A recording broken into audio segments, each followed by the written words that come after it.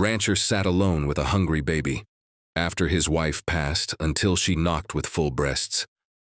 The evening sky stretched across the ranch like a burnt canvas, the wind whispering through the tall grass. John Barrett sat on the porch of his small, weathered farmhouse, cradling a tiny bundle wrapped in a faded blanket.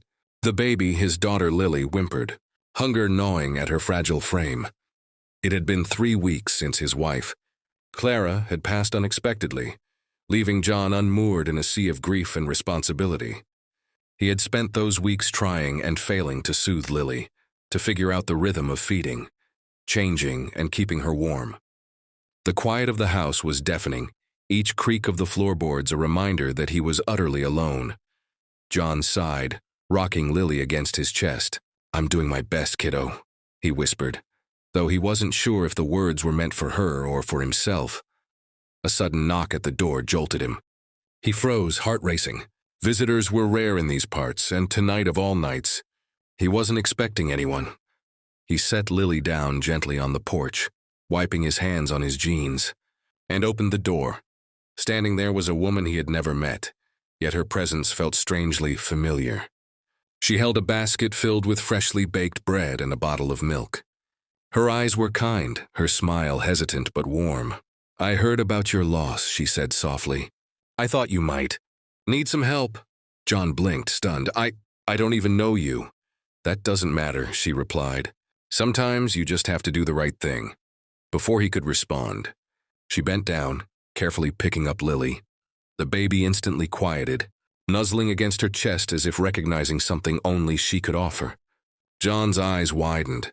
This stranger had a breast pump tucked in the basket, ready to feed Lily. "My little girl," John whispered, emotion choking him. "She's been so hungry." "I know," the woman said gently. "It's okay.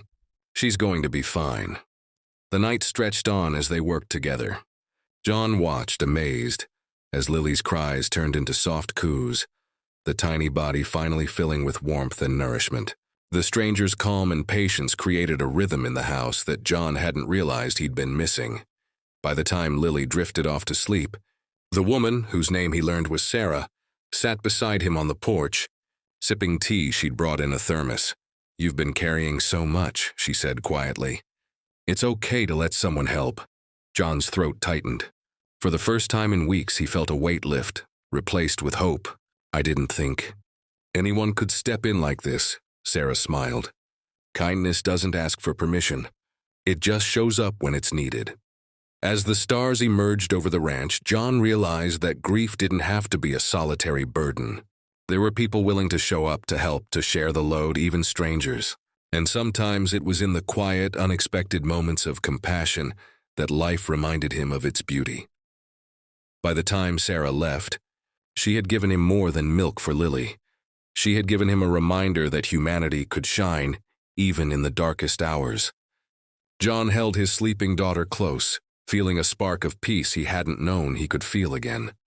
And in the stillness of that ranch under a sky full of stars, John whispered a promise, not just to his daughter but to himself. He would keep going, because love and kindness were never truly gone. They only waited for someone to open the door. Key emotional beats.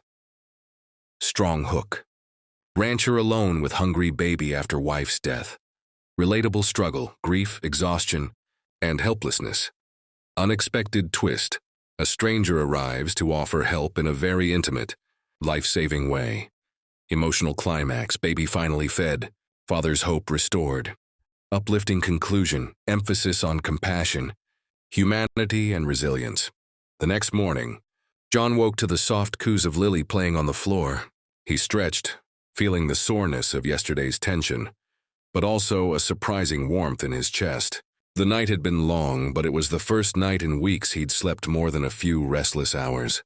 As he went to the kitchen to start breakfast, he noticed a small note tucked beside the milk bottle Sarah had left. In neat looping handwriting, it read, "You're doing better than you think. She's lucky to have you, and so are you." John held the note in his hands for a long moment. He smiled softly, feeling as if someone had reached into the depths of his loneliness and touched him. Days passed, and Sarah returned a few times, each visit quiet and unassuming. Sometimes she helped with the baby, sometimes with chores or just to sit and talk while John worked in the barn.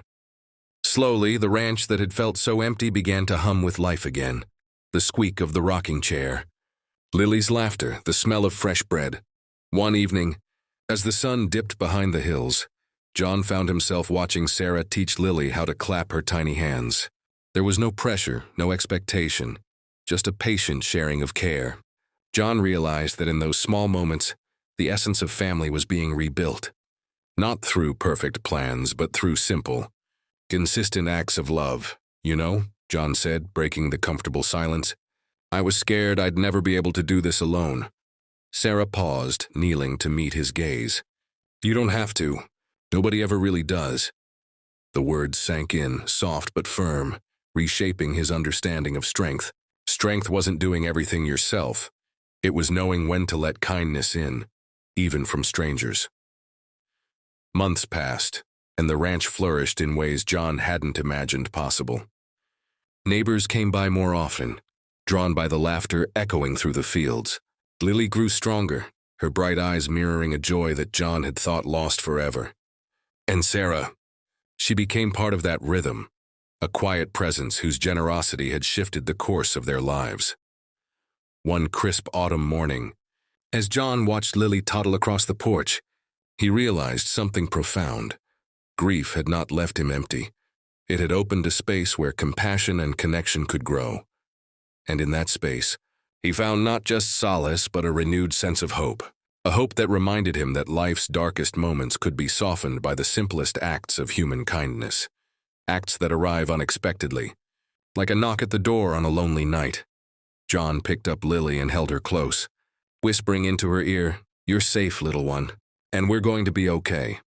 For the first time in weeks, he meant it with every fiber of his being. Outside, the wind carried the scent of the prairie, the promise of new days, and the quiet echo of a truth John would carry forever. Sometimes, the world is brighter because someone chose to show up, and sometimes all it takes is one knock at the door.